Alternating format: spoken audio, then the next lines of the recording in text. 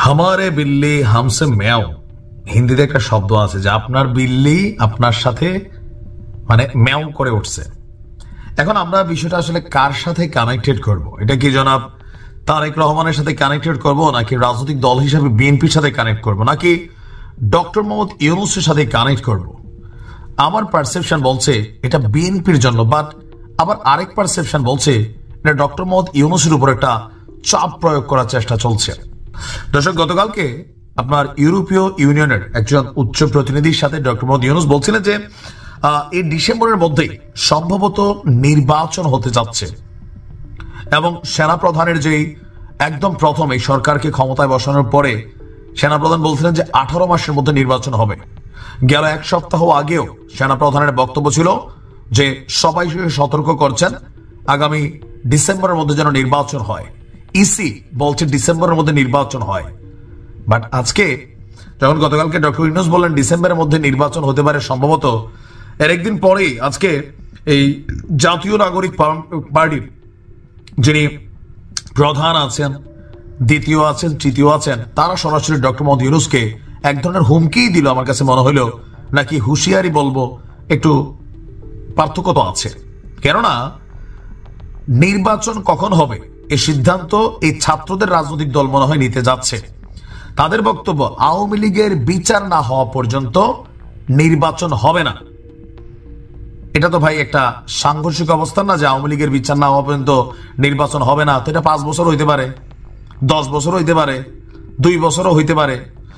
আপনার আজকে সকাল 10টার দিকে রাজধানীর রায়ের বাজারের বদ্ধভূমিতে যেই 24-এ আমাদের যে ছাত্র জনতার মধ্যে যারা নিহত হয়েছিলেন তাদের কবর জিয়ারতের পর সার্জিস বলছেন যে হাসিনার নির্দেশে এতগুলা হত্যা করা হলো, সেই খুনের বিচার না হওয়া পর্যন্ত কিভাবে এদেশের মানুষ ভিন্ন কিছু চিন্তা করে। তো তুমি কি মানুষের চিন্তার মধ্যে হাত দিবা? কার কি চিন্তা দরকার? এরকম অনেকটা এই আওয়াজগুলো ফ্যাসিবাদী আওয়াজ। খুনি হাসিনাকে বাংলাদেশে নিয়ে আসতে হবে, তো যাও ভারতে গিয়ে তোমরা নিয়ে আসো। সরকার তো তোমাদেরই, ডক্টর ইউনূস তিনি কেন আনতে পারছেন না, বা তিনি চাইলেই কি আনতে পারবেন? পারবে না। এই ক্ষমতা এই অন্তর্বর্তী সরকারের নাই, প্র্যাকটিক্যাল বুঝতে হবে। নাম্বার 2, বিচারের মঞ্চে দাঁড়াবে, ফাঁসির মঞ্চে দাঁড়াবে, অনেকটা মামাবাড়ির আবদার রাইট নাও। হ্যাঁ, শেখ হাসিনা যদি কোনো রায় হয়, সাজা হয়, সেটা প্রসেসিং সিস্টেমে আইসা হবে। লুৎফুজ্জামান বাবর ফাঁসির আসামি, এই ফাঁসি দিতে দিতে উনি আবার বের হইয়া জিন্দা হইয়া আছেন, ঠিক আছে? তো তাদের বক্তব্য শেখ হাসিনা এবং আওয়ামী লীগের বিচার না হওয়া পর্যন্ত বাংলাদেশের কোনো মানুষ, কোন রাজনৈতিক দল ভুল করেও যেন নির্বাচনের কথা না বলে। যতদিন না আমরা খুনি হাসিনাকে ওই ফাঁসির মঞ্চে না দেখছি, এই বাংলাদেশে কোনো নির্বাচন হবে না। এটা তো ভাই থ্রেডমূলক কথাবার্তা, সোজা সাপটা হুমকিদাতা।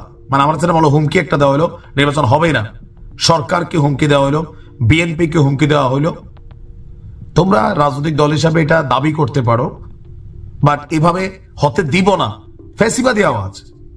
নতুন বাংলাদেশ, শেখ হাসিনা মনে করতো বাংলাদেশ আমার বাবা স্বাধীন করছে, দেন এই দেশটাতে আমি যা খুশি তা করবো। এটাই তো সমস্যা। মেইন সমস্যা কোথা ছিল এইটা। এখন এই 24 আগস্টের পরে, 5ই আগস্টের পরে আমাদের ছাত্ররা অনেকটা ওই শেখ হাসিনার স্টাইলেই আমরা এই দেশ স্বাধীন করছি, আমরা যা কম এই দেশে তাই হইতে হবে। এটা তো রাজনীতির ভাষা হইতে পারে না। বিএনপির যেরকম লারখারা দিচ্ছেন, বিএনপি তো ঠিকই মাঠে নামে থাকবেন, এগুলা বুঝতে হবে। দেশে অস্থিতিশীল পরিবেশ তৈরি হবে। তার বক্তব্য, আমরা রাজপথে ছিলাম, রাজপথে জীবন দিছি, মায়েদের চোখের পানি ঝরছে। তো আপনাদের কাছে একটু অনুরোধ করতে পারি, আমাদের জায়গা থেকে মায়েদের পাশে থাকার সর্বোচ্চ চেষ্টাটুকু করবো। তো সাইদের মায়ের পাশে তোমরা তো তারা দাওয়াতি দেওয়া নাই দলটা উদ্বোধনের দিন, এখনো পোলাপাইন রাস্তা রাস্তায় ঘুরতেছে অসুস্থ হইয়া, তাদের চিকিৎসাটা শেষ করছো। যেগুলো তোমাদের কাছে টাকা পয়সা ছিল এগুলো খরচ করে এদেরকে একটা সুষ্ঠু পুনর্বাসন করছো চলমান। তো এটা তো আরো ভাই 5 বছরও লাগতে পারে। এখন এই ধরনের বক্তব্য এগুলা হচ্ছে হুমকি টুমকি টাইপের আর কি। এরকম বক্তব্য দিলে খুব বেশি দিন লাগবে না রাজনৈতিক দলগুলা আর তোমাদের মধ্যে সংঘর্ষ হইতে।